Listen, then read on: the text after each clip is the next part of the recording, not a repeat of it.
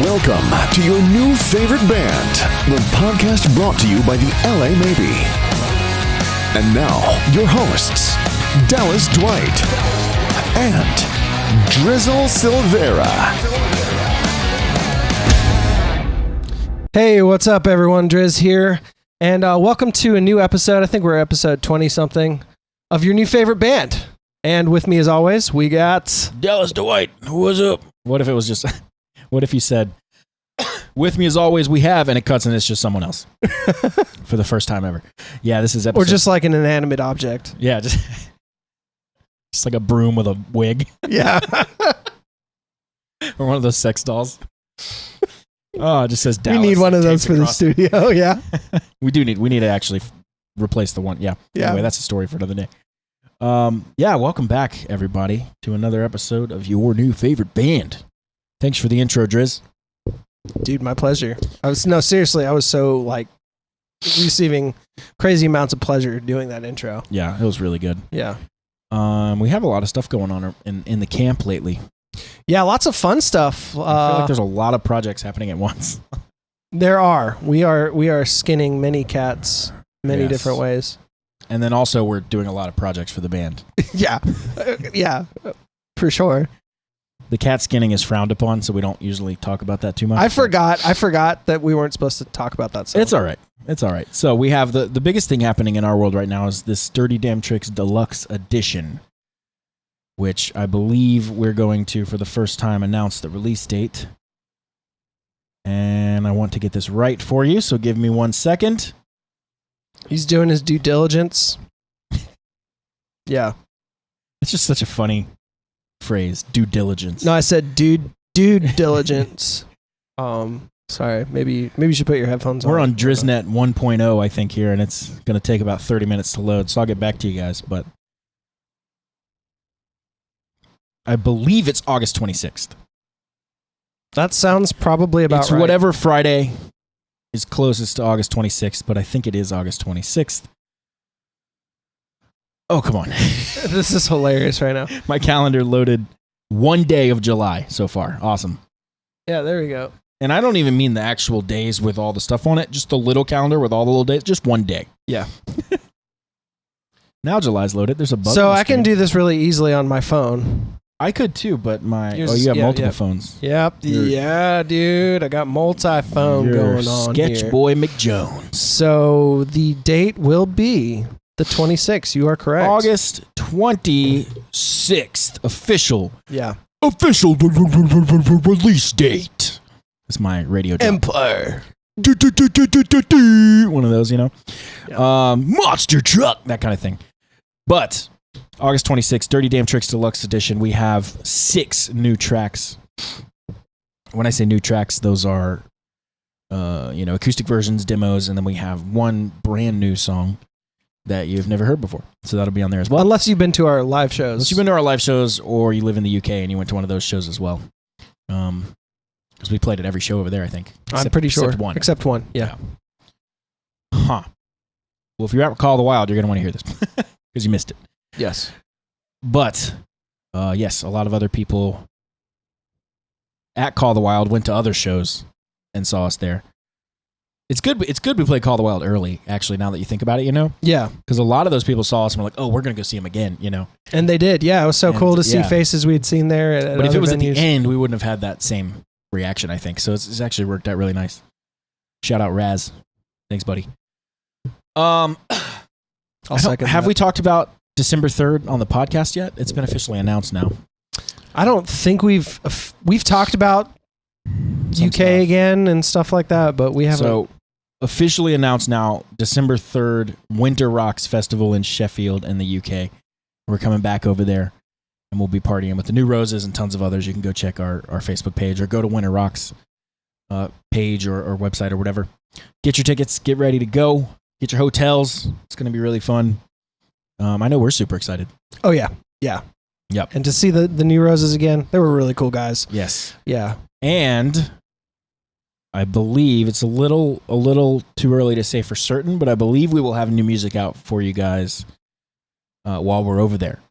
So, yeah, UK European friends, you're going to get to celebrate with us. Everyone else, it's going to be out for you too, but It won't be, we won't have a release show over there yet, so we'll have to figure that out. We may release something even before we go over there, too, so we'll have a little release party here for that as well. Now, this is all outside of the deluxe edition. The deluxe edition is just a special thing we wanted to do for a variety of reasons. But one of the biggest reasons was that Goliath was a big part of that album as well, but he wasn't actually on the recordings of it, so we kind of are this was our solution to kind of get creative with it. So he'll be on all the new stuff, all 6 of the new ones, of course. And everything going forward. Yeah, and everything going forward. And then that's just to kind of keep the Dirty Damn Tricks name alive, because we didn't get as many shows and, all that stuff happened. So yeah, all the COVID bullshit. Pandemic, all that good stuff. So we're going to kind of punt a little bit down the road with that. What'd you call me? Called you a cunt. Now shut up. At least put proper before it. You're top cunt. That's right. Oh, thanks, man. Dude, thanks, bro. But yes, we're going to punt. Nailed it. A little bit down the road with Dirty Damn Tricks. And that'll bring us towards the end of the year when we'll have some new music for you guys. That's kind of the plan.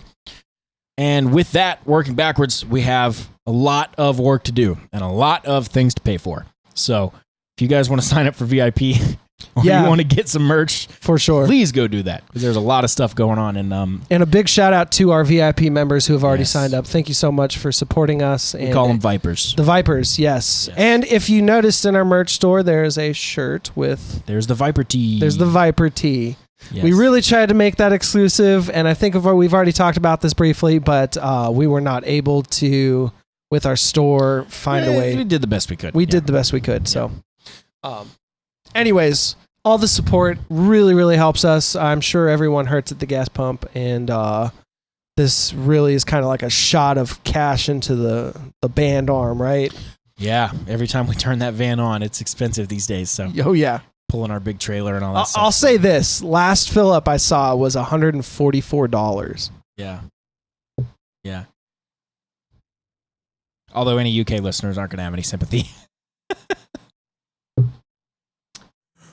Yeah, probably not, but they don't have to travel as like far. 10 or 12. They don't have to travel as far there. And they typically have smaller cars in Europe and stuff. But anyway, so that's kind of what's going on. For us, we're busy tracking. I was recording all day today. Recorded a bunch of acoustic guitar solos, and my fingers don't work anymore. So no, seriously, they don't. I was privy to see this firsthand. Yeah, they're black and shredded and blisters. He gets over to comes over to do the podcast tonight, and I'm like, dude, I got this new piece of gear, and I finally did a capture with it, and I was like, check out the tones. He picks up the guitar and he's like, oh, bending sucks. Just trying to go for it. Because I'm doing, and that's with 10s half step down. Yeah, no, it wasn't too bad on that guitar. I could play electric all day. That doesn't hurt until I get to like the 8 or 9 hour mark, and that starts to be like, okay, my hands are getting tired. But acoustic, it does not take me long, especially if I'm soloing. I can strum chords for a couple hours before I start hurting, maybe an hour or so. But that's good. But solos, I had to track some solos today for the deluxe edition. And man, that just shreds my hands, especially because I'm doing a few different takes, trying to find out what I like. Because I can't just do the exact same thing I did on the album. Because one, I'd want to be a little creative with it, and two, it doesn't physically work with the acoustic guitar the same way. So, well, not to mention, you want to kind of approach it with a different feel. I mean, if you're doing an acoustic track, you don't want to hear just like crazy shredding over it, right? Yeah. Now, of course, anything I do is crazy shredding. Yeah, I mean, no, but like the next level, you know. Right. Everything I do is the next level, right. Going back to, you said you were the most humble. I'm really starting to think I'm the most humble, though.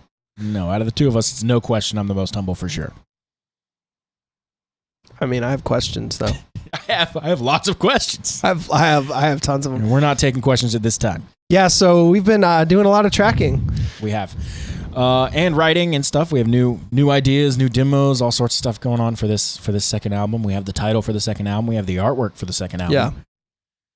We have... and we're still talking about like how we're going to release that and do that, but we will definitely at least have a track or two that are going to be on that come out prior to the release. Kind of like we did with Dirty Damn Tricks. Definitely, but that is our most plan likely. Right That's now. the plan. That's I'm the plan. Hoping so. Yeah. Yes. But yeah, it's interesting. I'm just sitting here thinking it's interesting how we work backwards from... in a lot of ways. Like artworks and names and stuff, that usually comes after everything's done. Yeah. We're the opposite. We have the artwork and the name, and we're looking at it, and we're kind of like, okay, what works for this? You know, like kind of writing backwards that way. And even when we track, we kind of do it backwards. Most bands, drums is the first thing they record. Drums are almost always the last thing we record. Yeah. Because of the way our system works. And yeah, I like our system. It's super efficient for what we do. It's extremely efficient, you know. It's because we have such structured demos, though. You know? Yeah. So once you have the structured demo, your scratch tracks are so polished that you could do anything in any order you want. It just happens that drums usually take us the most planning and setup, so we typically do those last. Oh yeah, it's the most mics. It's where do you want to put these preamps? You know, all this kind of stuff. Yeah. A lot of times it's just me or just you, me and Rasan, or me and you or whatever. And this one usually takes a team of us for drums and stuff. But so far it's coming together. I'm happy with everything so far on album 2. I think we're up to 6. Yeah. Yeah, our goal is 10. So we got at this time of recording, it's July 13th when we're recording this. This episode is going to come out July 14th tomorrow. So at this time, mid-July, it's interesting to be able to come back for posterity and look at this, that we are unsure of 4 of the 10 songs. So we'll be able to come back in a few months and be like, oh, those 4 that we have now, we didn't know then, you know? Yeah. That's kind of cool. I have ideas, so I have a voice memos, which I call my riff library. My riff library. Your riff library. And I looked at it the other day, and it had 330-something entries in it.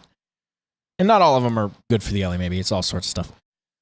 So I went through all of them. Play, listen. Back to like 2018, I think. And I'm listening to every possible little riff I have. And I favorited all the ones that could possibly work for album 2. That came out to be 48. So that's 48 ideas there that we can kind of start working through.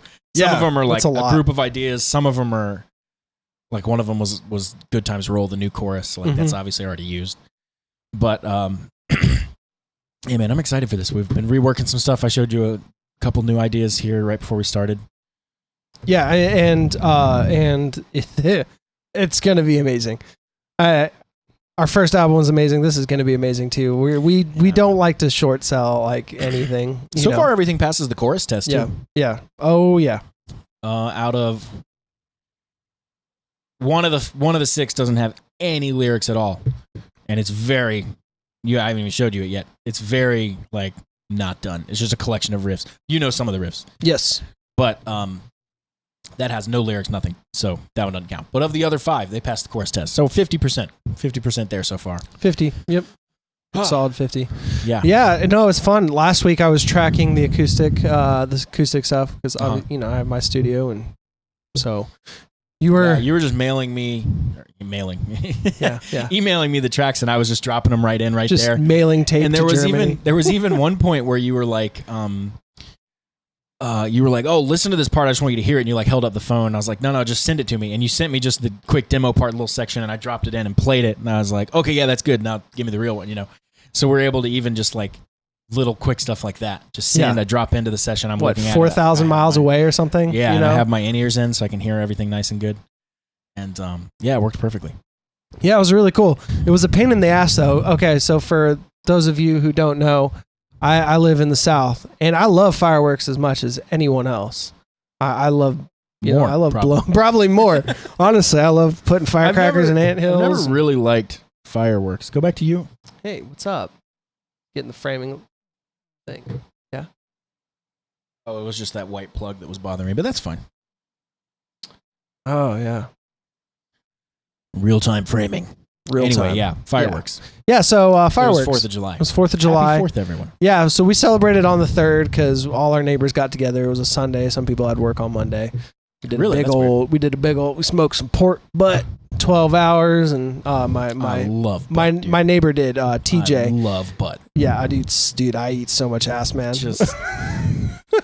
Dude, when you put butt on the grill, dude, grilled butt. Yeah. All about some grilled butt. Oh, man. He smoked some ribs. And ribs are a little more Anthony Hopkins. Yeah, more Anthony Hopkins, yeah. I just love eating ass. So I stick to the staples. Ass, An ass. Say it like it's going to be a list. I stick to the staples. Ass. That's it. Just one. There's an awkward pause. Where And they're more like, ass. Wait. Nah, but man, it was a legit cookout. It was awesome. Everybody brought, stuff. Nice. You guys went to cookout. Yeah. Love it. Yeah. Dude, their pulled pork. Got the burger their pulled tray. pork ass sandwich is just so good. Call it ass is so much more uncomfortable. Dude, yeah, we were eating so much pork ass. You smoking ass? What? God, I hate my neighbors. I smell ass. Are you Dude, I was smoking ass for 12 hours.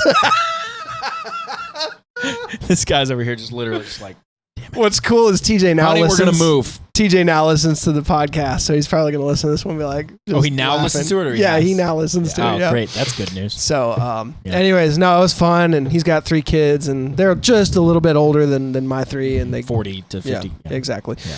and got to play. So that was the third. I just got an image of like full adults sitting at the kids' table with like their knees like over their chest, like eating like. Dude, adults dude, that sucks so bad. Like nailing your knees on kid shit.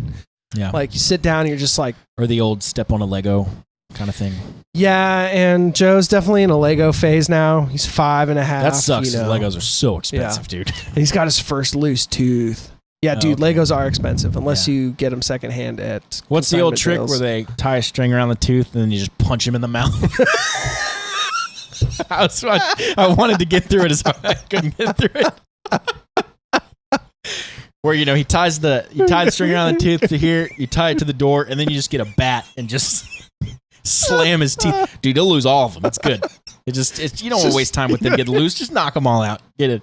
Everybody talking like this for a couple of days, but you Get can't it all really done talk with. anyway. Yeah. It really builds character and toughens them up and gets them ready for life. Right. Because a lot of times in life. And when the adult ones come in, you just take a bat to those bitches as well. Get them dentures. Good for life. Not dentures. What's the is it implants? Dental implants. And what are the ones? Veneers. I guess what they do there is I think they shave the tooth down into like this gross little point. Oh, it's gross. Look I've like seen a them. vampire Yeah, or I've something. seen And them, then they dude. just like put a cap on it. Yeah. So you have really nice, beautiful teeth, but if your veneers pop off, you look like a freaking. What's that? I'm not going to say any names what about. is that? What? What's the? I'll remember it. He's a famous Nosferatu. Oh, yeah. Yeah. I don't know if that reference is right, but that's the word I was thinking of. Dude, yeah. You don't want to name any names, but yeah, maybe not.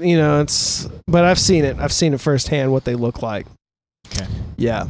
Anyways, so I go to. There's a good shot of some. Yeah. Anyways, not the actual shave down tooth, but after the veneer had been put on, they look. Those great. look good. They Yeah. look great. They look perfect. Yeah. Expensive. Yeah. And I know you're saying it in the most humble way possible, but perfection is the best way of saying it. Right. Yeah. There's no other word.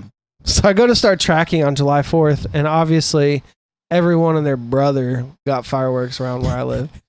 And their mother and their cousin. There's babies running around with fireworks. You know what I'm talking about?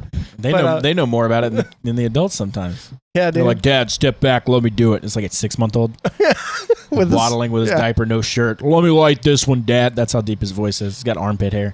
It's from all the Mountain Dew. Yeah.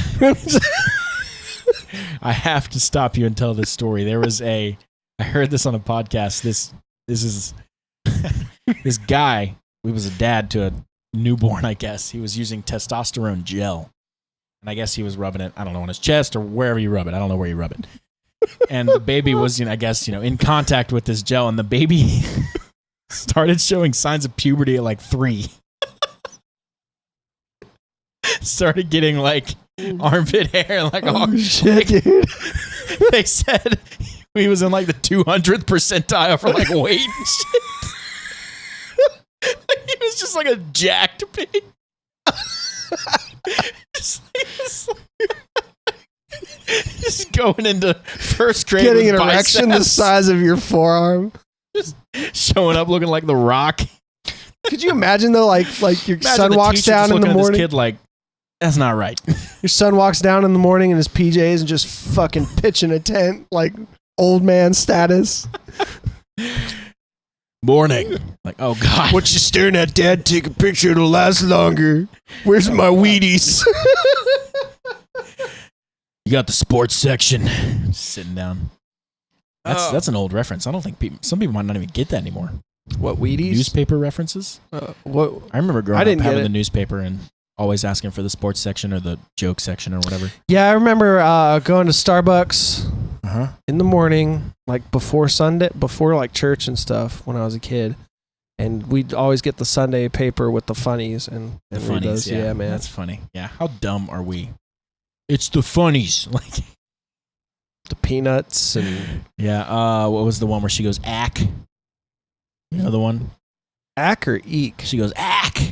I can't remember, dude. That's so long ago, man. It is so long ago. And then we have phones now. Anyway, July 4th, fireworks, tracking, explosions, kids on puberty. Let's do it. Yeah, so I was supposed to start tracking that night, and I did not get shit done because you just kept hearing explosions in the studio. That's so annoying because you plot out the time.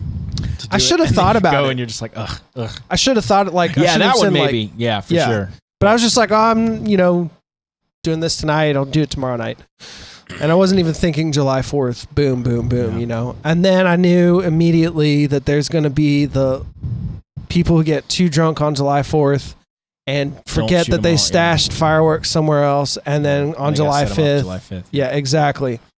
So July 5th, I was able to start recording, but I had to like stop and like do retakes so many times because you listen back and hear.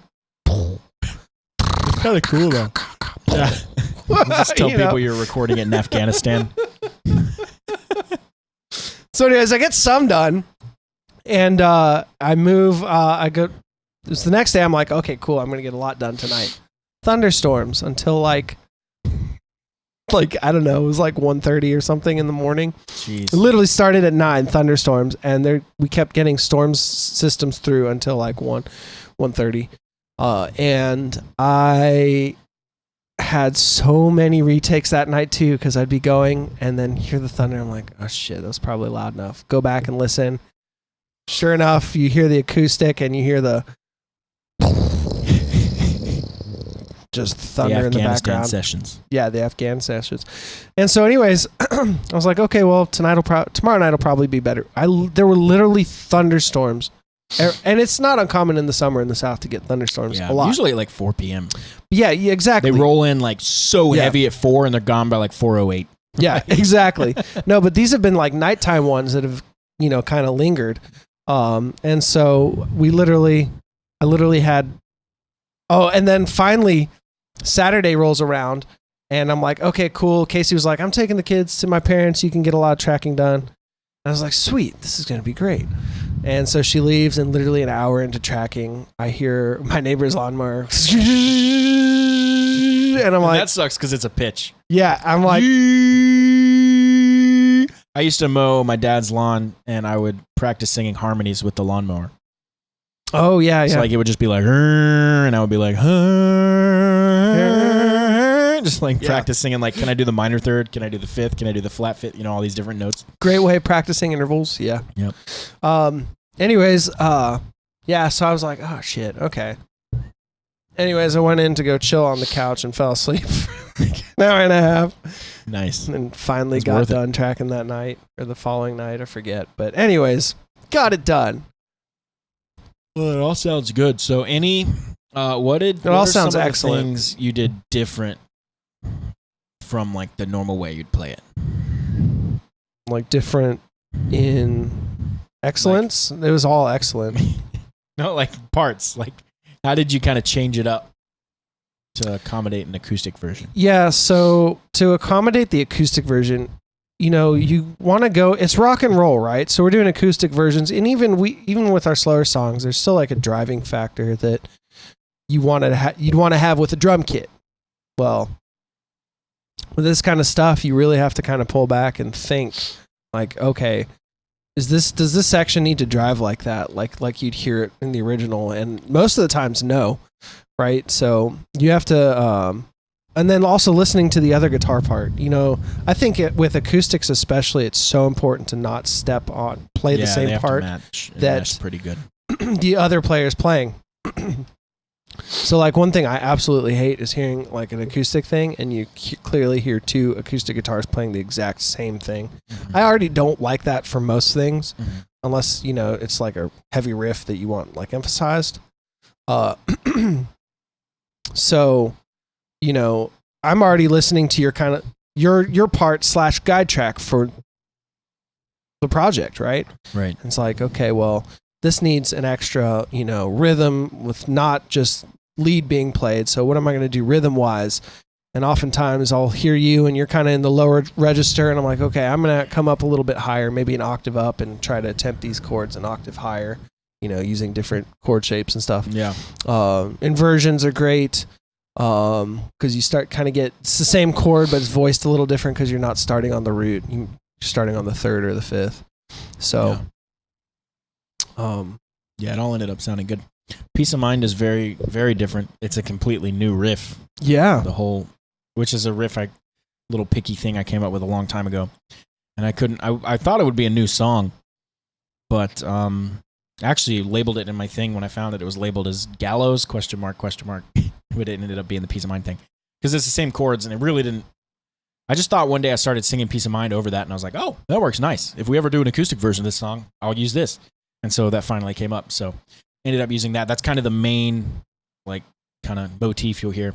Yeah. And then the chorus, instead of being a dun, dun, dun, dun, that kind of fist pumping, it's like a boom. Yeah, 140 God, BPM, boom. just fish. Yeah. God, that kind of like heads Bobby halftimeness now, which is kind of cool. Oh, Sugar's all good. That didn't change a tremendous amount. We sped it up a bit. Yeah. So it's a little faster for the acoustic version, which I think is kind of a fun dichotomy. And then there's like some, Foz and I got some congas and shakers and all kinds of fun percussion in that. We finally used the rain stick. That's in Peace of Mind somewhere. But Oh Sugar, yeah, that one's solid. And then the brand new one is called The Long Road. And what you're going to hear is it's actually an acoustic version of that song. So you will hear the acoustic version before you actually hear the real version. So I think that's going to be kind of fun, actually. It's going to be cool, especially because of the nature of the song, right? So it you know, it's kind of in the vein of When I'm Gone. It's a little more, you know. It's kind of between When I'm Gone and Peace of Mind, would you say? Yeah, I would. But I absolutely love that song. It is a special song. When I dropped in your lead part, it just makes it totally so much better. Takes it to a new level with that little arpeggiated thing. And then the fourth acoustic song we're doing is When I'm Gone. And I wanted to name that stripped down mix instead of acoustic version because we took the original session and I wanted to just basically mute a bunch of stuff and just have a stripped down mix. Yeah. But that didn't end up working the way we wanted to. So it is going to end up being a full acoustic version. We're still taking a lot of those elements from the original one, but we have now re-recorded all the acoustic guitars, or basically recorded fresh acoustic guitars. Yes. And because there is some baried acoustic in there. There's some baried acoustics, but they're not meant to be a highlight. So they're not clean enough. They're not interesting enough. But I just did mine. You had done yours already, but I just did mine today for that. That was really fun. And then I did the solos for that today, and I did the solos for Peace of Mind today. So my hands are worn out. Oh, yeah. I know how it is. Having to come up with different ways to do certain licks and stuff while still being, close enough to the song, but different. And it was fun.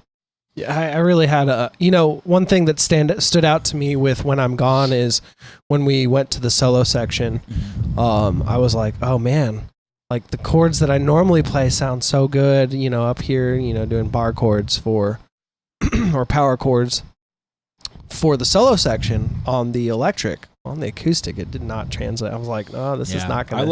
I love When I'm Gone because you get to use the E minor 7, G, C, D, the cowboy chords that sound so good in every song. Yes, you get to use all those on the acoustic, which is really nice. So I was using those. And to go back to, I was going to say something about The Long Road, and it just kind of slipped my mind. The Long Road with little recording trick in that one. Did you picked up that I used a high strung guitar on that one?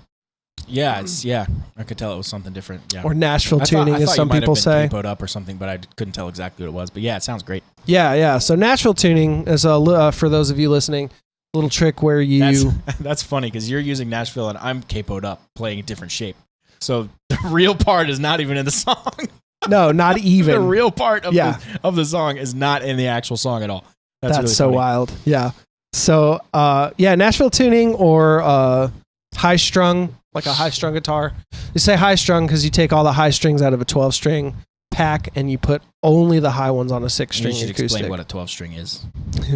It's when you can count 12 of them instead of 6. But what it is, it's not 12 unique strings, which when I heard the 12 string, I was like, that's a lot of strings. It's just 6 strings, but each string you have like your thick one and then you have a really thin one right next to it. So basically when like you pick, when I stand next to you and our pants are off. Yeah. So you so you pick once, you basically hit 2 strings. And the thinner one is an octave up from the other one until you get to the top 2 strings, and then they're just straight doubles.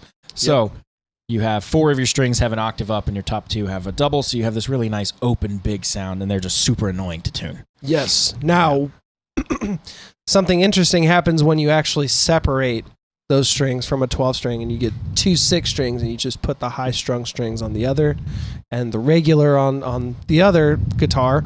And then when you combine them too, because they weren't actually played at the exact same time, it gets a really cool double effect. Right.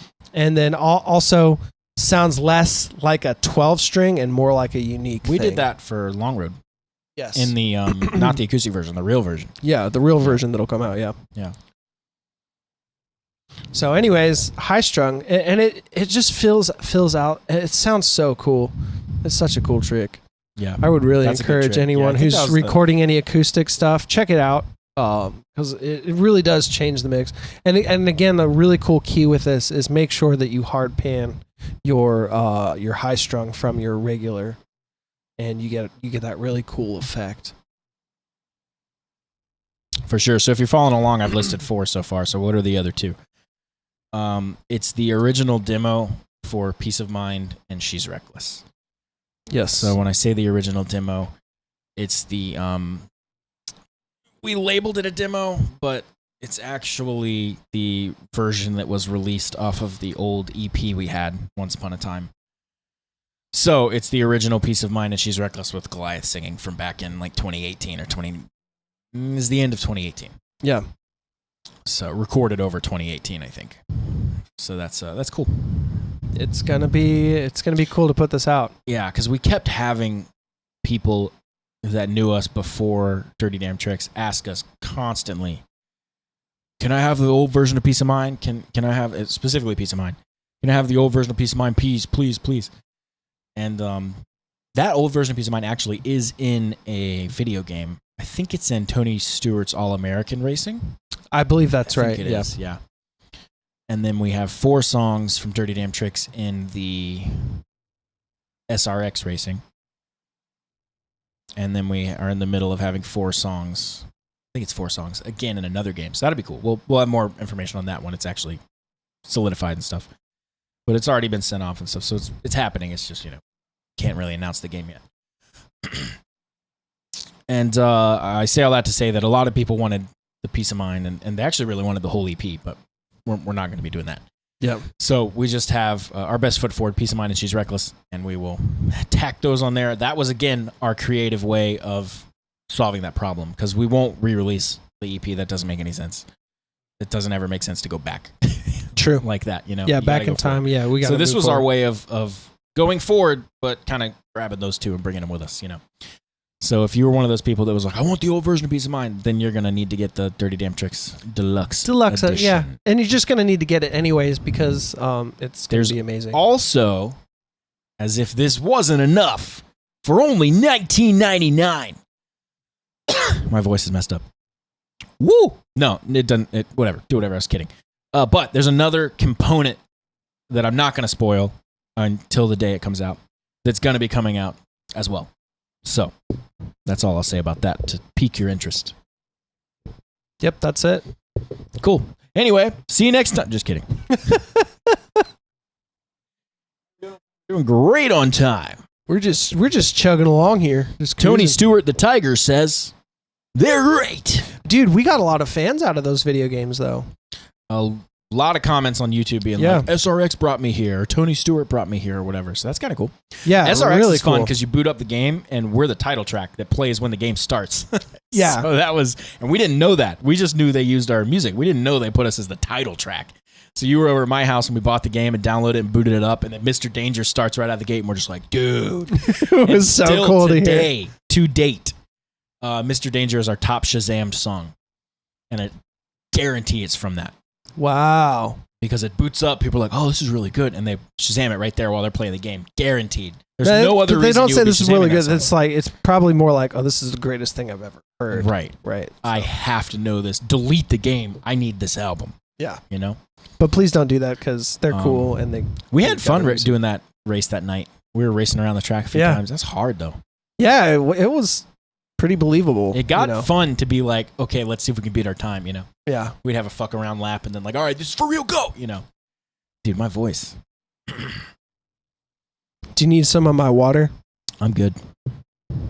I only have herpes. That's fine. On my mouth. It's also fine. I only have herpes. It's genital herpes, but that being said, I did put my dick in this drink. I just want to be forthright. But just the tip, so I mean, it doesn't even count. I put my dick in every drink. It's just part of what I do. Everyone likes their own brand, you know. Quoting a kid's movie for the most foul, I can't go to restaurants for obvious reasons. I'm just running around dipping dick. Got banned from the cafeteria in high school. It's a problem. Never grew out of it since I was 3. Had all that puberty gel. Dude, what if that's that kid's like deep dark thing from all that puberty gel just fucks him up and he can't the sad drink part is liquid. that kid is actually fucked up health wise, I think, or will be. That's not pretty funny. nuts. I shouldn't be laughing. There's components of it that are not funny, but the overall thing is fucking hilarious. But if you're putting this stuff on you, why the hell, dude? This dad was probably thinking, I'm not going to tell my wife. I know that this is probably not good, but I want the best athlete ever. And he's just at night after putting his gel on his chest. That's really funny because you're probably true. Because I think he said he had no idea, of course, and all that. But you're probably right that he was like. Our little secret. He's like, dude, he's going to be the best bodybuilder athlete. He goes in to check on the baby at night. He's got a bench press in his crib. Posters of Chuck Norris on the wall. He's sitting there doing concentration curls, the kind where you're sitting there bent over with an 80-pound dumbbell. Yeah. Looking like Arnie. Oh, man. That's wild. Yeah, so what else is going on? Crazy. That's so crazy, dude. Isn't that crazy? I wish I had more details. I don't even know if it's true. I just heard it in a podcast. Dude, it's probably it was a reputable podcast. If you can, dude, there's 7 billion people on the planet. If you can think something could have happened, it's happened. Probably happened. Yeah, it's happened. Definitely North Korean, but it's happened. I listened to this podcast with a lady that had escaped North Korea and made her way to the United States. Yeonmi Park. Yeah. And she's awesome. She's badass. It's really funny to listen to her talk. She's so awesome. But she was describing, I never thought about this, but it's, from what she's saying, it seems so accurate, that North Korea is literally the Hunger Games. Yeah. Dude, she said for real. There's districts and they all have nothing, but there's a capital and the capital has everything. And she was describing all this stuff. I was like, that's the Hunger Games. That's crazy. Yeah, you have to take away all hope, everything. Yeah, that's nuts. And that was a really nice podcast to listen to her. To hear someone talk about and say gorgeous things. Too. Really beautiful. It's unbelievable what she went through. Yeah. Man, you guys got to look her up. Yeonmi Park. I'm definitely not pronouncing that right. Park you can spell, but Yeonmi is Yeonmi. Yeah. She escaped. She was sold into sex slavery in China. I was happy to have food. Isn't that crazy to think about? It's they don't have food. They would have to eat bugs and shit. Yeah. Yeah. Cock for food and being fine with that. Because everything else was so shitty. Yep. That's crazy. And then she comes here and hears a lot of the complaints. And she was saying, she's just like, what? Right? Yeah. It's but she also said she's so scared too for the U.S. because she's like, I see certain indicators going down that same route. I think the biggest thing she said is when you have people who, when society starts to form a victim class and then give power to the victim class is what happens in every communist takeover. Yeah. Interesting. Yeah, it's pretty crazy what she's gone through. And oppressed and oppressor. Yeah. Yeah. That was a good one, though. Good podcast. Dude. Listen to another one. And it was a guy who is just like an adventure guy. Just does crazy stuff. He just bought a bike. He's English. Bought a bike and just like rode it to like India or something, like from Britain. Like it took him like 4 years on this journey and stuff. And one of his latest things is he was in a Russian prison, and he was talking about what that was like, and he was over there just adventuring, hiking Siberia, all kinds of stuff. And he got caught, and they thought he was a spy or something because of the Ukraine conflict was happening. And he was describing how that process went. He said it was pretty scary. Wow. Yeah, I can't remember his name, but is it Charles something? That's not helpful. Anyway, that was a cool podcast as well. Lots of cool things. I don't listen. This might surprise some of the listeners, unless you've talked to me for any length of time in person, but I don't listen to music really. I listen to pretty much only podcasts, which I kind of like it. Keeps music kind of more fresh to me, I guess. Same. Yeah. I listen to a ton of podcasts. Yeah. I like to listen to all kinds of podcasts. I listen to music if I have enjoyment times of music, but then again, if I'm listening to music, it's to learn. Yeah, I listen to music like on an academic level. Things, yeah. Like I'll listen to this band has a new album. Let's check it out. I'll listen top to bottom. Yeah. And sometimes things jump out to me, and I'll have new favorites that way. Yeah. And sometimes they don't, and I don't listen to it again. Well, and that's how we kind of stumble upon our new favorite bands. A lot of people think, well, you don't even listen to music and you have a podcast. Well, we actually look for. Yeah, we listen to music and it's hard to describe. We kind of know where to look and what to seek, and we'll go fishing and grab something and consume that. Yeah, but we're not just like we don't really passively listen to music. I guess we could say that. I can't passively listen to music. I can sometimes, but it almost has to be with like a goal. It has to be classical music for me to passively listen. Yeah. Nice. I fall asleep to that stuff pretty much every night. Mm-hmm. But lately I've been falling asleep to podcasts. I discovered the sleep timer. Oh, really? Yeah. So I put it for 15 minutes, and if I'm still awake at the end of 15 minutes, I put it for another 15 minutes because I don't want to miss too much of it. That's wild. So yeah. I've been listening to The Planets. The Planets? Yeah. Oh, by Holst? Yeah. Yeah. So that's what George Lucas sent John Williams and said, this is what I want Star Wars to sound like. Do this. And it sounds exactly like Star Wars. It's like freakishly exactly like. Yeah, but it's so cool. Like there's a part of, I'm not intimately familiar with it, but there's a part of,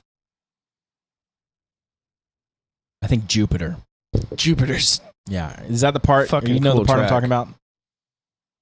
When you go to the YouTube for it, every comment is like timestamp that time.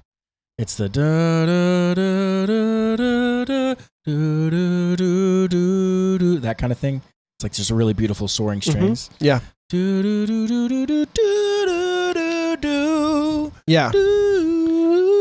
The thing I love about it is okay. So atonal stuff is I can't really listen to atonal. There's some crazy shit I could say. But it's nuts, dude. But Ligeti. Oh yeah, yeah. But I like it when it's to me, The Planets is explorative enough and still musical enough. Like The Planets is perfect. I love yes. it. It's perfect. And Mars is the other one that's just like brutal. Dude, the bringer of war. It has to be brutal. But Jupiter, I think is the one I'm thinking about, and it's about, if I remember, halfway to 2/3 of the way through. It kind of dips out of what it was doing, and this beautiful string section comes in. And it's just, classic soaring strings. Love that. But yeah, Ligeti, Schoenberg. His stuff is like... I gotta check out Schoenberg. And then there's John Cage. He has a song called... I forget the actual time, but it's just a time. 3:44, whatever. And it's just that long of silence. And the funniest thing you'll ever see is Google someone performing it. Oh, they come really? Out in their fucking tuxedo, and they set it down, and they sit on the piano, and they just sit there. And this is the best part. They'll do this.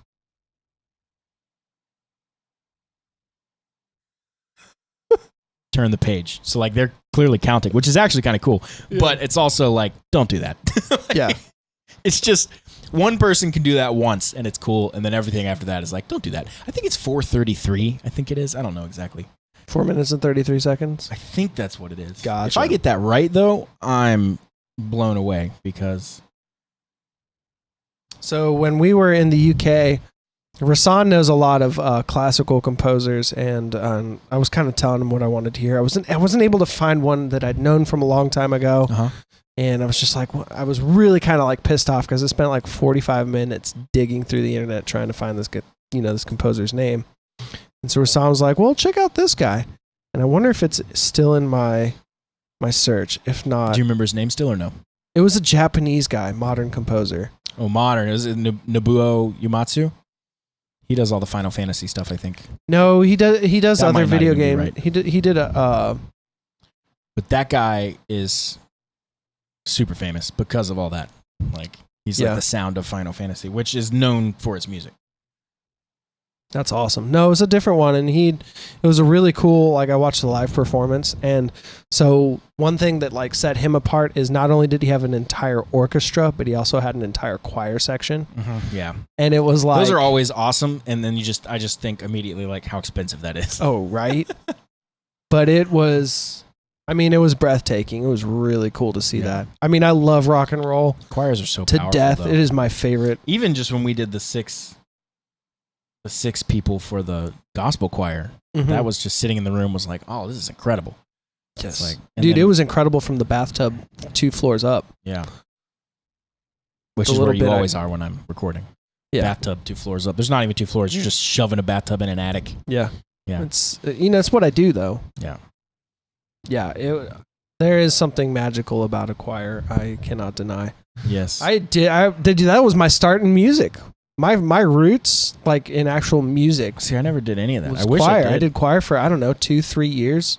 I was only into rock guitar, and I couldn't find any place in school to let me play rock guitar. The only place I could find was jazz band. They had one electric guitar player, but I don't remember ever really looking into that. But I remember thinking, like, that's probably not for me. Yeah. So I just did music on my own.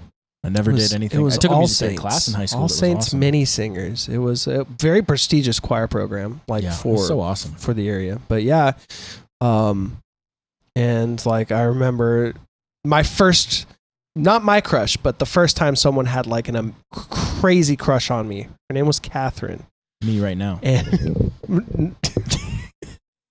wait, you were Catherine then? Yes. I just pull off my face. Dude, it's been so long. It's 4 years or 6 years or however long of just tricking you. So I forget how old I was. I wasn't, I don't know, 7, 8, 9 years old when I did it. You. But She was 41. she was the director, okay? This is the first time I'm talking about it. Her It's name was really Miss hard. Catherine. She was 29. I was so pumped. It's so funny that, as wrong as it is, doesn't seem to get as much shame. For example, if like the 30-year-old teacher is fucking like the 17-year-old high school kids, like, no, don't do that. But like, the kid's getting fist bumps. You know what I mean? Oh, yeah. Like, it's pretty crazy. Flip it, and it's horrible. Like, Oh, there was a teacher in can't have high that. school where I would have never said anything if anything happened. yeah. Because I'm like, why ruin a good thing? Yeah. I remember my... But nothing ever did. Gross. But if I it did, remember my it didn't, because I'm not going to say fifth-grade it. teacher was particularly attractive. I still remember that to this day. 5th grade teacher. 5th grade teacher. Yeah, that's how hot That's she pretty was. specific. At 5th Yeah. grade, and I was like, wow, that's an attractive lady. Like, Yeah. probably wasn't into me because I was in 5th grade. You know what's funny? Looking you know back, what? to me, she could have been 48 years old, but looking back, she was probably like 22. Like, That's hilarious, dude. yeah. No. That's so crazy. To me, she was ancient, just like an adult. All adults are just old when you're a kid, But then you think back, and you're like, well, she's probably just out of school. Like, she couldn't have been, she definitely wasn't over 25, Yeah. She was still pretty green. Yeah. Yeah. She was still pretty green. Not as green as old Dallas, though. I was the man. fucking Hulk. Oh, shit. Well, what were we talking about? We were talking about Holst. Oh, yeah, and Holst. then But Japanese composer, and then choir, and then Catherine. Oh yeah. So she was obsessed with me. So we always had before we were broken up into groups for what the parts that we were singing, and then at the end of that we'd get together with all the choir instructors and the entire choir. And that's when you're like, oh, this sounds good. Yeah, and everyone would sing their parts together. So awesome. And so us being the mini singers, we were down front, and if we weren't singing, we sat down. And she sat down. She would always sit down right next to me and like try to grab my hand and hold my hand. That's cute. And so after dismissal, the parents would kind of be out in this like courtyard area of the church. It was a pretty big church, and a really big church actually. And all the kids would play and stuff while the parents got them, and she'd always like try to take me behind the bushes and stuff. You were 9? Yeah, dude. She like tried to kiss me behind the bushes. I'm like, why are you trying to kiss me? Like at 9 years old. 9 years old. 9-year-olds. Dude, she like when I say she was obsessed, dude, she was obsessed. Yeah. Like she wanted to marry me and stuff. Yeah. That's common. Yeah. That's it's common pretty for like common. a 6-year-old to be like, let's get married. They have no idea what they're saying. So, anyways, that was wild. And to this day, so one of my best buds. Wait, okay. So this is super I don't know her important anymore. How does she spell Catherine? I can't even remember. Dude, I was a kid. I didn't ask her like, how do you spell probably your didn't. name, Catherine? Yeah, you probably didn't even know the letters, huh? Yeah, my first actual girlfriend. You Her didn't name learn was letters. Catherine, though. You didn't learn the letters until you were what, 17? I say actual, and 8th grade's not like really real, but it was the first time I asked a chick out. Okay. And Yeah, that would her be the name was same for me. Catherine with That a would be the same K. for me. Mine And, was I don't know what to consider my first girlfriend. Would it be just the person you kissed first? Probably the person you first like asked out, like knowing that you wanted to like date this person. Michelle. Yeah. That would have been. Is that right? How old was I? 7th grade? Had to have been 7th grade. Yeah. Yeah. And then 8th grade, a girl named Sydney, and we actually like went to the movies and like dated and stuff, kind of. Word. Yeah. Yeah. So this chick, Catherine. So I grew up. This is a hilarious story. I grew up in a really religious. And this is probably our last story before we go to our Viper time. Our Viper time. So I grew up in a really religious household, and like in my household, Mormons, not good. I love Mormons, by the way. I had so many Mormon friends, Hate 'em. but Just kidding. I wasn't- By the way. I wasn't not supposed to hang out with them. It's just that their religion was bad. Right. Okay. Of course. Demonic, like, because it's not, I don't know, whatever. I just Wait, grew up what were hearing you, that. though? Were you Catholic? No, just like non-denominational, I guess. And you thought they were the devil? I was told to think That sounds like a Catholic thing. I was told to think not the devil, but like that their religion based on Christianity isn't actually Christianity, and they're like misguided, and and it's bad. Right. It's interesting to think about. Most of the reasons, like so much of religion, it seems, is based I guess not technically, but the way it manifests itself into humanity, it seems like it's based so much on like, I'm really concerned with what everyone else is doing. Yeah. Who cares? Dude, as I've grown up, I'm like, that's all BS. Like Who cares, I know dude? great Mormons. Like, this is not. No, well, okay. There's this great saying that has now become one of my favorites. All people are different people.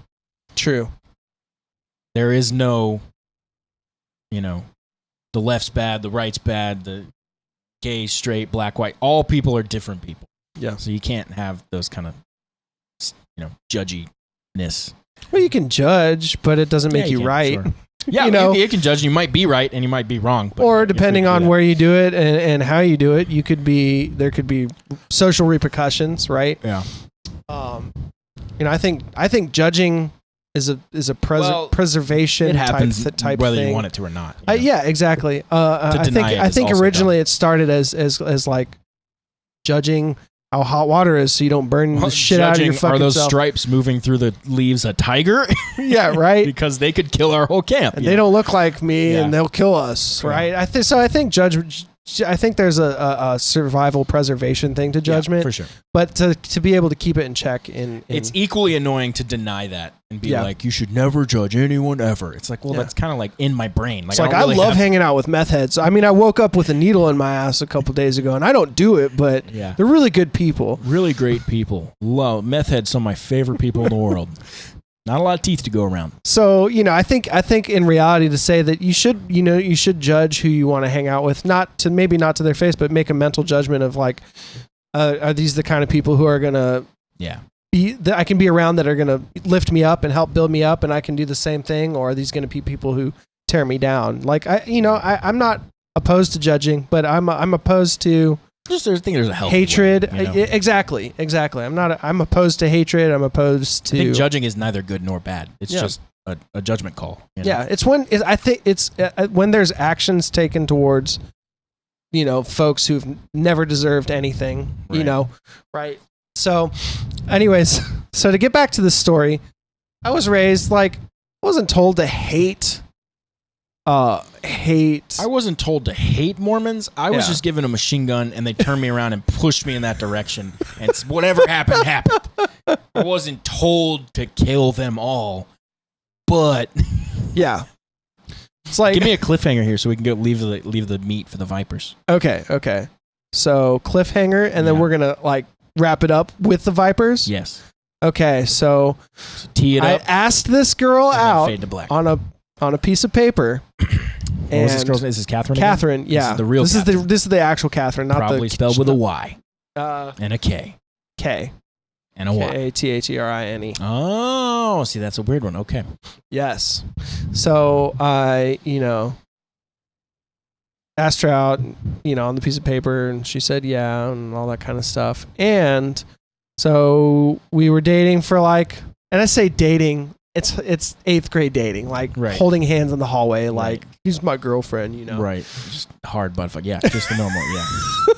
Just normal dating stuff. Gotcha. I'm on board. So, anyways, pregnant by midnight. Pregnant by midnight. That's a new band name. How are we gonna remember this? I'll put it on a note. Pregnant by midnight. No, dude, I'll just put it in my phone. Yeah, I'll just put it in my phone. It here too. Yeah. So. Anyways, after about a week or so, maybe more, we were talking over the weekend. She said, yeah, I got to go to temple. I'm like, temple? Oh, you're dating the enemy. And then she was like, yeah, I'm a Mormon. And I was like, I thought you said you were a Christian. She's like, I am. I was like, oh, okay. And let's get a beer. Let's fade to black. Fade to black. Find out the rest of the story for the Vipers. Let's fire the blur. You ready to fade to black and fire the beer? You ready to fire the beer? All right, everybody. Thank you so much for being here with us. Let me cut to you so that you can, we'll finish this up. Finish up with the Vipers, and thank you guys so much. If you want access to the uncut episodes and stories like this, head over to lamaybe.com/VIP, and we'll see you there. Deuces. All right, so you murdered the whole mosque. I didn't. Not mosque, temple, dude. Come on. I actually don't know a lot about Mormons. I know they're not supposed to drink, right? Yeah. I mean, there's a lot. There's a lot of social pressures. Yeah, there's a lot of social pressure. Like, I do feel bad because, like, and Mitt Romney was one, I think, right? And his family. Yes. Yeah. There's. They do have a large suicide rate, and I think it's because of the pressure that's put on you by the. One of my friends was Mormon and is not now. Yeah, she's talked to me a lot about it. I don't remember any of it, but great, honestly, truly great folks. I knew a lot of Mormons living in Las Vegas because Las Vegas is a stone's throw away from Utah. Yeah. So there were a lot of Mormon temples. Capital. Yeah, there were a lot of Mormon temples around Las Vegas and lots of Mormon folks. And so here we go. She had said, yeah, I'm going to temple. And I was like, temple? And she's like, yeah, Mormon. And again, if you weren't listening, I was like, I thought you said you were a Christian. She's like, I am a Christian. I'm like, oh, okay. And we just finished out our conversation and talked. And the next day, I think it was was Monday at school. So I go up to her in the cafeteria. And I'm like, hey, Catherine, Yeah, I'm gonna have to break up with you because you're Mormon. That's hilarious. Dude, she like teared up. She was pissed off. And That sucks. she's like, "No, Mormons are Christians." And I'm like, "No, they aren't." Dude, like, I was so brutal. So brainwashed too. Like now, like in my older age, I'm like, I don't give a fuck, right? Isn't it interesting how that works though? Yeah, Like, dude. because you yourself had no idea what you were even saying. Yeah. You were just like parroting what other people had said. Like, I mean, I all felt kids bad do that. for it, but it was just like, well, what's my mom or my family gonna say? Like, find out I'm dating a Mormon chick? Are they gonna like oust me or whatever? yeah. You know. So, anyways, she started dating someone like a few weeks later, and they were holding hands, and just like, That's funny. all right, Life. yeah, It gotcha. got me. That'd be crazy if she's like a Viper listening to this though. She's like, oh, I'm gonna cancel my Viper. She signs up. I see the name sign up for VIP. If she does, Catherine, I'm sorry, I was very brainwashed. There's 7 billion people. 8 billion, I think now, or close to it. Close to at least. She's not on here. She could, dude. Or her boyfriend. He's like, I know that chick. I know that chick, the Mormon Yeah. Catherine. Yeah, the Mormon Mormon ladies. Mormon Catherine from Las All named Vegas. Catherine. She was a redhead though, dude. Okay, Yeah. that's good. But like, you know, there's like not good looking redheads.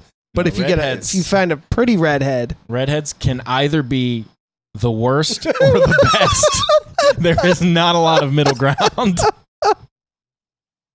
But dude, you get Oh, that dude, best yeah. looking redhead. Ooh. Dude. dude, I felt that ooh, like that started from your balls and then came up through your fucking chest out your I've mouth. always had a thing for redheads like that. Yeah.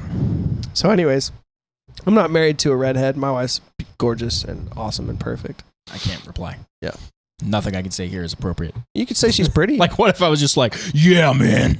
Oh, yeah. Like, that doesn't work. She's good looking. She's really good looking, and she's Or if I disagree, that doesn't work. Like, and she's my best friend too. I'm very fortunate. So jealous. Yeah. Most people are. Yeah. Yeah. It's a fun thing. I'm still waiting on mine. So if you're out there, What's up? comment below. Nah. Dude, I feel like there's Is that Bible verse? He who finds a wife finds a maid. I think it was happy wife, happy life. I think that was the Bible verse. It's the Bible verse. It's the Bible. Something about she can't be on her period or something too. Yeah, you can't touch a woman when she's unclean. Right? Isn't that in there? How I'm much- pretty sure that's in there. How much was the Bible written by dudes? Like they were just like, ew, ew, no, Don't no, touch it. no. Don't even look at it. She's horrible. What is this? Oh my God. Oh man, I have a lot wrong. I have a lot of problems with religion. I have a lot of problems too. Yeah. Yeah. As I grew up and started thinking for myself, I was like, yeah. Ricky Gervais, his new special is really funny. I'll pull it up when we're packing up and see if we can hear a little bit of his religious bits. They're always really funny. So did he like grow up in a religious household or something? I don't remember his backstory. I find the people who are the He's really funniest, funny, though. the funniest in like at making fun of like stupid religious things and stuff like that are people who grew up in it who like. So yeah, some of the hardest I ever laughed at the religious jokes is Jim Gaffigan's King Baby religious bits. Oh yes. And it hit me the right time. Like I was just getting into comedy, so I didn't know a lot of comedy, and he was just so funny. Dude, he's a perfect gateway for a lot of people because he's not Yeah. so crass. Yeah. Like that. He's not crass at all. He pretty much works completely clean. Yeah. But yeah, just all of his jokes about like, just yeah, so much. The one punchline I remember is the what are the people? The apostles? Apostles? Who are the ones that follow him around? The disciples, Disciples. dude. Yeah. He was saying like everyone makes a big deal about how they gave up everything to follow Christ. And he was like, but they were fishermen. It's not like they were investment bankers. Like, He was like, you have to come with me, but you have to give up everything. And the guy goes, so I leave the pole here? So I leave the pole here. That punchline, dude, that had me rolling for like 2 years straight. Like, I would always go back to that and listen to it over and over and over again. Dude, his McDonald's bit was the killer for me. Yeah, he's got so or like now he's got like 13 specials now. It's like, oh yeah, the one that kills me now too, especially like having kids, was he was like, yeah, most people ask me, what's it like having 5 babies? I was like, imagine you have 4 kids. Imagine you're drowning and then someone hands you a baby. Yeah.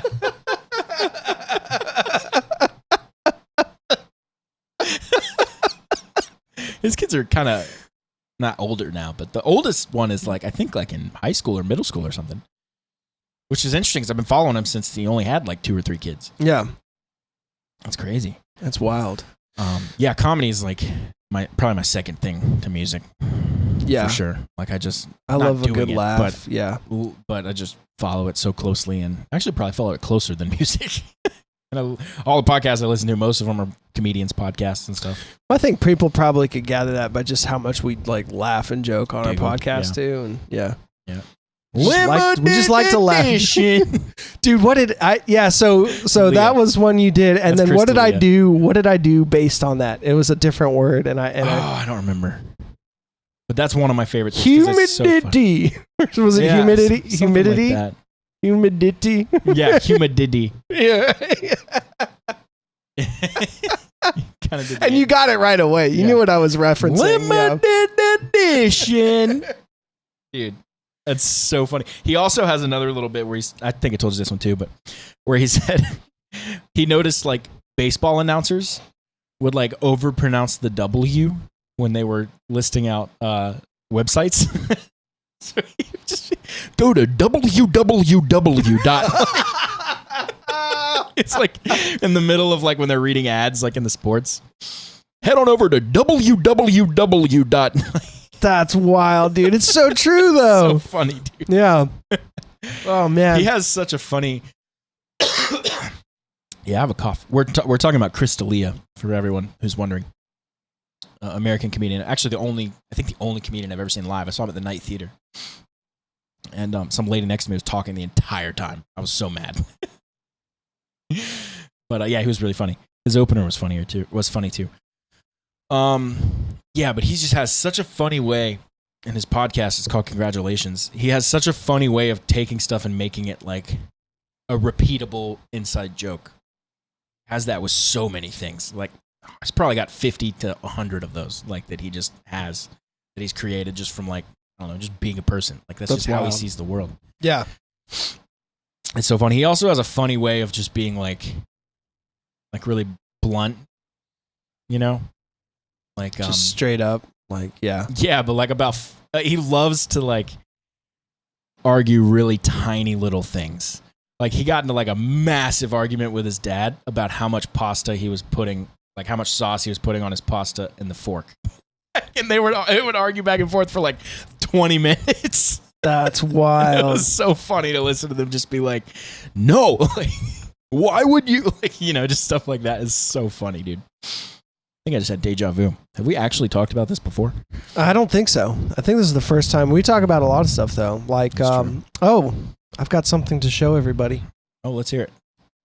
So you've already seen this new this guitar, but I've done something a little different. Uh-huh. So for the people listening, watching, I guess really more so. Watching, they can see it, but describe it to the listeners. All right, so this guitar is pretty dinged up. I already got it at a crazy discount price because of that ding? Because of this ding right That's here. That's a big ding, though. I pretty much got this guitar almost half off. Yeah, that's almost half off there. Yeah, right? And but I liked the guitar, and it felt good, and it was a good guitar. Is that the one you had the Bigsby on? It is. And then you just took it off? I put the Bigsby on, and I was just like, you know what? I'm not really vibing with this. I haven't ever really liked Bigsby's myself. Yeah. Well, and I don't like whammy bars a lot myself. Well, and I specifically bought this guitar because I love wraparound tailpieces, and I wanted a wraparound tailpiece guitar. Right. And a PRS at that, and a good guitar. And it crossed all those boxes.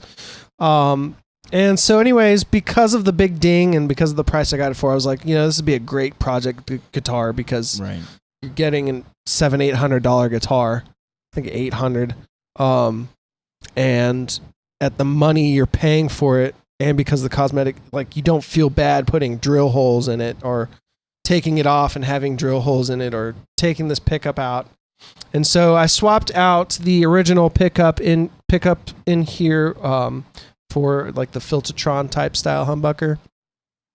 Like really just kind of, I feel like it's a little more like open and bright on the top end and not quite as a high output. Now I could be completely full of shit, but that's how it kind of strikes me. And there's a reason I took this pickup out for this guitar. I wanted to have a guitar that had only one pickup for the reason, and some people say, that doesn't really make a difference, but for the reason of having less magnetic pull on the strings so that the strings could really ring out and resonate. So for those of you who don't know, these pickups are magnets, and when the strings move, all pickups are magnets. Yeah, right. When the strings move, it changes the magnetic field and sends a flow of electrons out through your cable into the amp where it's amplified. And that's the short of it, really. So when you have more magnets, it restricts the strings from moving more because there's more of a pull on them from them. So this is a much talked about thing, but I really think there's something to it. And there's a lot of guitarists that do that. Some for looks, but some for the actual... Phil X does something cool. He puts a little action figure in there. Oh, really? Yeah. So I got to come up with my signature thing that I'm going to do in there. Probably just the action figures are the most bunch of unique cum thing I've shots seen. in there. Yeah. Just Perfect. And then just like I'll be laughing in my head so hard when I hand it to someone to play it because I'm just like, I have no fucking idea, dude. He has herpes now. I think that's probably like illegal though. Oh, for sure. Well, at least the liquid. Like if you get bodily fluid on someone, that's a question. Like spitting on someone is actually illegal. In all states, or? I think it's assault. I think it is assault. Yeah. Right. Assault isn't even physical. That's actually technically battery. Yeah. Assault can be, it's weird. It can be a lot of different things. Well, and again, because a lot of times you have no idea what someone's carrying, right? Like disease-wise or, so... also, just don't do that. Dude, so I knew this cop at the airport, and he had to arrest this prostitute. Obviously, prostitution's illegal in Charlotte. Well, she ended up taking out her bloody-ass tampon and throwing it at him, dude. She got extra charge tacked onto her because of bodily fluid. Pure class. Dude, so classy, right? Yeah. Dude, shot her 6 times in the chest. No one cares. To say that you got a bloody tampon from a prostitute being arrested thrown at you, dude. Isn't that wild? So, like, one of my favorite things to do is to go up to people. By the way, that's it for that guitar. I've seen it before, but it's changed since last. I like it. Yeah. But one thing I love to do is go up to people and ask them if they work in like a crazy job where you interact with a lot of people and crazy things happen, like asking doctors what their craziest story is, or police officers on the line, or military guys like, hey, what's the craziest thing you've ever seen? And you will get some of the coolest, craziest, like stories you've ever heard. Yeah. It'd be even fun to ask like a garbage man. What's the craziest thing you've ever found, dude? He's probably going to be like, dude, I dumped this thing out, just 7 human heads. We kept going, just didn't report it. Yeah. Figured, they had a good reason probably. Fertilizer, Say it like slightly cross-eyed. Fertilizer, Oh, it was my house. Shit. Why'd I tell you that? Man. Dude, I've watched essentially every show on Apple TV Plus now, and they're all fucking good. Really? I haven't watched all of them, but I know Ted Lasso is the one Ted you've Lasso's been incredible. raving That's like about. my top. That like shot up to like my number 1 favorite show. It's just someone. I was watching an interview with someone from the show, and one of the comments was, "Watching Ted Lasso is like receiving a warm hug," and I was like, "That's so true." Like it's just such a heartfelt show. But there's a lot of other ones on there. The After Party was good. I just watched Severance. Have you heard about Severance? Nope, not even. It's like a mind fuck of a show, but it's pretty cool. It's based around the premise that you can opt for this procedure called severance, which will sever your work brain from your home brain. That's the premise. And then there's a lot of details in there that you wouldn't think about. Like, for example, if you're at work and you have no memory of who you are outside, then that means when you clock out for work and transition back, that means your next memory as a work person is being at work again. So basically, you never leave work. That part of you, that person, it's almost a different person. Yeah. That's all that person knows is work. They open the door to leave, and then they open the door to walk back in. That's it. Like, and then they're like, you leave work and you're back in at work immediately because there's no memory of what happens on the outside. So it's a really weird premise. And the person on the outside is like the main person. They would know, like, okay, I have to go to work now. Like, they know that. The person on the inside knows none of that. They have no idea why they're there, why they opted for the procedure. Like, and then you slowly learn why some of these people did it, and like it's like the company's doing sketchy stuff. It's like really cool. Yeah, that's interesting. It's a really that's cool really premise. interesting. And Ben Stiller's like the director. Like, he really? directed like a lot of the episodes. He's not in any of them. Ben Stiller's awesome. Yeah, so awesome. Not in any of them. Just directed them, I guess, and had a big part in creating the show, I guess. I'm not sure. But Adam Scott's the main guy. He's, you might know him from Parks and Rec. You know him as the douchebag brother from Step Brothers. Oh, okay. Yeah. Sing Sweet Child of Mine. That's Adam Scott. Who else is in that show that you I watched know? Parks and Rec. That was... Yeah, Parks and Rec, he's Ben. Dude. Leslie's Yeah. husband. Dude, my hero's, what's his face? I'm brain farting. Andy? No. Ron. Yeah. Yes. Yeah, Nick Offerman, Ron Swanson. Nick Offerman, that's I saw right. Nick Offerman live at USC. He came and did Ashton. I saw him. I tried to watch some of his stand-up. And It's not... He doesn't call it stand-up, and I would agree with him. It's more of like almost like a TED Talk with more humor than your average TED Talk, I would say. Gotcha. But like when I saw him, he was basically doing essentially a presentation about like it was like 7 things to be a good person or something like that, and he would go through and give descriptions of each and funny stories and all that stuff. I just love the premise of his character, a guy who works in government that absolutely hates government. The premise I think we need more people like that. Yeah, Mike Schur, the director, he said the creator of the show, when they were creating these characters, they went around to parks departments and different government, local government municipalities and met with people and interviewed them and stuff. And there was a lady at one of them that they based Ron off of. She hated the government, worked in the government and all that stuff. Obviously, Ron's a bit dramatic, bit dramatized, but so funny, man. That and New Girl are probably my number one of all time. But then Ted Lasso shot up there, and I don't know what's what anymore. That's but wild. Parks has been my number one for the longest. So I've seen that show probably 16 times all the way through. Yeah, I haven't seen it that many times, but it's a great show. I started watching it in season 3 or 4. So then every time a new season would come out, I'd rewatch it, and then a few times outside of that. So good show. That's awesome. I watched The Terminal List. The Terminal List. Yeah. You would like that. Amazon Prime, Chris Pratt. Ex-Navy SEAL Jack Carr. Okay, yeah. I've heard good things about that. It's good. It's really good. It's all about revenge. It's a pretty brutal show, though. I'm fine with that. It's like, some bad shit happens that's pretty terrible, and then he goes and tries to get revenge. That's awesome. Mel Gibson style? I was listening to a podcast with Jack. I don't know what that means. And Patriot? Is it Patriot or Braveheart? I mean, I guess they're technically both revenge. I didn't see either one, so.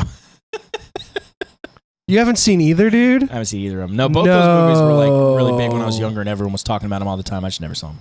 Oh, and I know you're never going to watch it because I tell you should. No, I'm never going to watch it just because I'm absolutely never going to watch it at this point. They're just like, Braveheart's like 5 hours long or some shit, isn't it? No, not that long. It's like 3. Yeah, so is Lord of the Rings. It's like binge watching your favorite show. But see, at this point, I feel like there's some movies that I'm just not going to watch because I missed the part where it would have meant something to me. Now I'm just watching it as a movie. No, you know what I mean? Those have so much deeper meaning. Like, and I'm sure they're awesome. They're films that move you where, like, after you watched it, you're like, wow, that was an experience. But like Lord of the Rings, like that's a really long movie, and there's 3 of them, and I will love watching them because they, nostalgia, and I like them for that aspect as well. I just like fantasy and Lord of the Rings, but. If I had never heard of Lord of the Rings and now as an adult, someone's like, you got to check out Lord of the Rings. It wouldn't hit the same way, Yeah, That's true. I think you should just give him a chance. I will one day with my future wife. There you go. Yeah. There you go. Do it, dude. Y'all will be moved together. Yes. Okay, Moved to tier. Moved to tier. Yeah, just one. Just one tier. Because homie don't cry. Homie ain't no you're bitch. Like, homie don't cry. I don't fucking cry.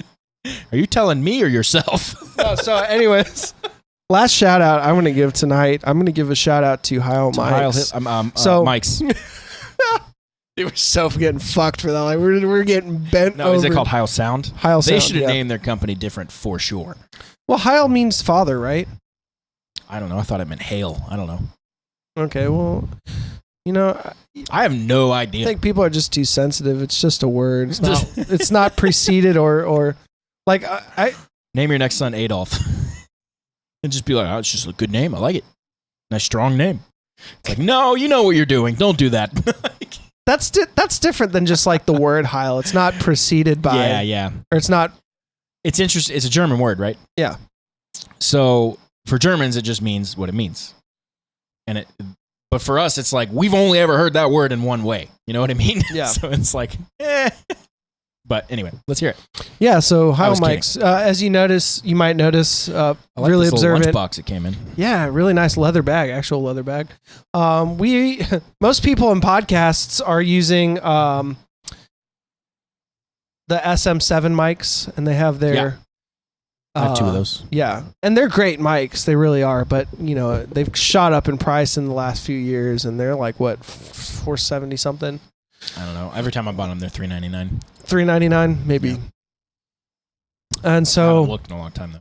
I like them, but they're also a really old mic. They've been around for a long time. Yeah, and in my opinion, Michael Jackson's Thriller was recorded on an SM7. Really? Also, pretty much everything the Red Hot Chili Peppers does. What else? There's a lot of famous things. Metallica did a bunch of stuff with it. It's a famous mic. Yeah. But me being the nerd that I am when it comes to tech stuff, there's mics that have come out since then that I prefer their application on multiple things. So Heil, when I heard Heil on drums for the first time, I was like, oh my God, those toms sound amazing with nothing. Like they just capture it right. And these aren't even drum mics, but they just happen to be the best tom mics I've ever heard. So using these in the studio made sense because they're actually made for broadcast. Right. And so utilitarian in me is like, okay, so I can get these, use them for podcast, and then also when we're doing drum sessions or I've got drum sessions with other clients, I can pull these out and get two birds stoned with one joint. Right. So I have to give a shout out to Heil Sound because they do make murder two animals with one tool. Yes, murder two animals with one tool. And so we got this is going to be used in just a few days for tracking for the album number 2. number 2, and almost just said the title. Also, maybe a track off of the deluxe, right? If we have time. So I would say probably not. Yeah. Anyways, this is the PR40. Again, it's a broadcast mic. It's like the bigger brother to the PR30, and these are a little richer sound. And so on a kick or a floor, these things sound just like nut sauce, dude. Quite the little locker coming with us. We do. So, got to give a shout out if you're thinking about getting a mic and you want to get something SM7 quality. RE20 type quality. Since podcast has exploded so much, they make a lot of like special. Yeah. Like Shure has one that's like $100. Yeah. Everybody's coming out with their like $100 version of a podcast mic. Exactly. But again, those podcast mics, if you just get that $100, if you're utilitarian like me, if you just get that $100 mic, oftentimes they're going to have a 100 dB, like they'll distort. So the diaphragm will distort at like right around 100 dB. So for drums or guitar cabinet, that's not going to get any use anywhere else.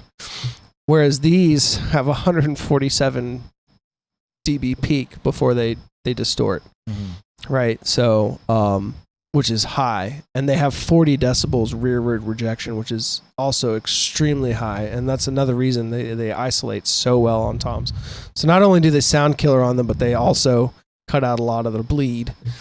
And I know I'm really talking up this company, but if you want to check out Heil, they are amazing. Love it. I mean, just listen to the sound of my voice. It sounds incredible. It already sounds incredible, but now it sounds incredible. Now it's delivered to you incredibly. Incredibler. So smart. It's incredibly incredible. That's that Mormon education. Incredibler. Shall we wrap it up? Let's wrap it up. All right. Farewell, Vipers. Deuces. Rock on. We will see you guys next time. Dude, I think I have a mic stuck in my ass. Can you help me get it out?